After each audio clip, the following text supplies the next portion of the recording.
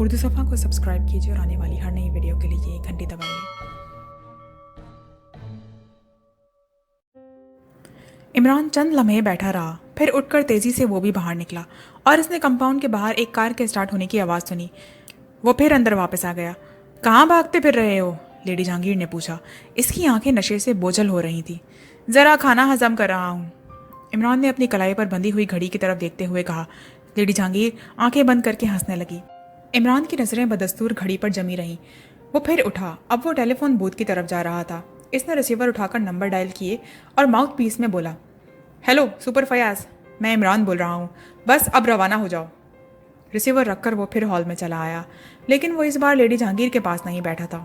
چند لمحے کھڑا ادھر ادھر دیکھتا رہا، پھر ایک ایسی میز پر جا بیٹھا جہاں 3 آدمی پہلے سے ہی بیٹھے ہوئے تھے اور یہ تینوں اس کے شناسا تھے، اس لیے انہوں نے برا نہیں منایا۔ شاید 15 منٹ تک عمران ان کے ساتھ خے لگاتا رہا، لیکن اس دوران بار بار اس کی نظریں داخلے کے دروازے کی طرف اٹھ جاتی تھیں۔ اچانک اسے دروازے میں وہ بوڑھا دکھائی دیا جس نے اس سے چند روز قبل کاغذات والا ہینڈ بیگ چھینا تھا۔ عمران اور زیادہ انہماک سے گفتگو کرنے لگا، لیکن تھوڑی ہی دیر بعد اس نے اپنے داہنے شانے میں کسی چیز کی چبھن محسوس کی۔ اس نے کنکھیوں سے داہنی طرف دیکھا۔ بوڑھا اس سے لگا ہوا کھڑا تھا اور اس کا بایاں ہاتھ کوٹ کی جیب میں تھا اور اسی جیب میں رکھی ہوئی کوئی سخت چیز عمران کے شانے میں چبھ رہی تھی۔ عمران کو یہ سمجھنے میں دشواری نہ ہوئی کہ وہ ریوالور کی نالی ہی ہو سکتی ہے۔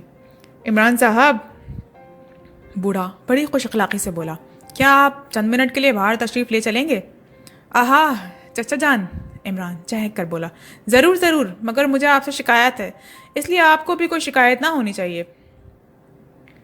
آپ چلیے تو، بوڑھے نے مسکرا کر کہا، مجھے اس گدھے کی حرکت پر افسوس ہے۔ عمران کھڑا ہو گیا، لیکن اب ریوالور کی نال اس کے پہلو میں چبھ رہی تھی۔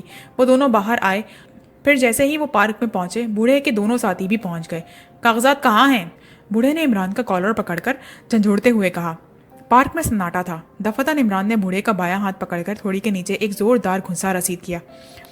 بوڑھے کا ریوالور عمران کے ہاتھ میں تھا اور بوڑھا لڑکھڑا کر گرنے ہی والا تھا کہ اس کے ساتھیوں نے اسے سنبھال لیا۔ میں کہتا ہوں وہ 10,000 کہاں ہیں؟ عمران نے چیخ کر کہا۔ اچانک مہندی کی باڑ کے پیچھے سے 8-10 آدمی اچھل کر ان تینوں پر آ پڑے اور پھر ایک خطرناک جدوجہد کا آغاز ہو گیا۔ وہ تینوں بڑی بے جگری سے لڑ رہے تھے۔ سپر فیاض، عمران نے چیخ کر کہا، داڑھی والا! لیکن داڑھی والا اچھل کر بھاگا۔ وہ مہندی کی باڑ پھلانگنے ہی والا تھا کہ عمران کے ریوالور سے شعلہ نکلا، گولی ٹانگ میں لگی اور بوڑھا مہندی کی باڑ میں پھنس کر رہ گیا۔ ارے باپ رے باپ! عمران ریوالور پھینک کر اپنا منہ پیٹنے لگا۔ وہ دونوں پکڑے جا چکے تھے۔ فیاض زخمی بوڑھے کی طرف جھپٹا جو اب بھی بھاگ نکلنے کے لیے جدوجہد کر رہا تھا۔ فیاض نے ٹانگ پکڑ کر مہندی کی باڑ سے گھسیٹ لیا۔ یہ کون؟ فیاض نے اس کے چہرے پر روشنی ڈالی۔ فائر کی آواز سن کر پارک میں بہت سے لوگ اکٹھے ہو گئے تھے۔ بوڑھا بے ہوش نہیں ہوا تھا، وہ کسی زخمی سانپ کی طرح بل کھا رہا تھا۔ عمران نے جھک کر اس کی مصنوعی داڑھی نوچ لی۔ ہائے! فیاض تقریباً چیخ پڑا۔ سر جہانگیر! سر جہانگیر نے پھر اٹھ کر بھاگنے کی کوشش کی، لیکن عمران کی ٹھوکر نے اسے باز رکھا۔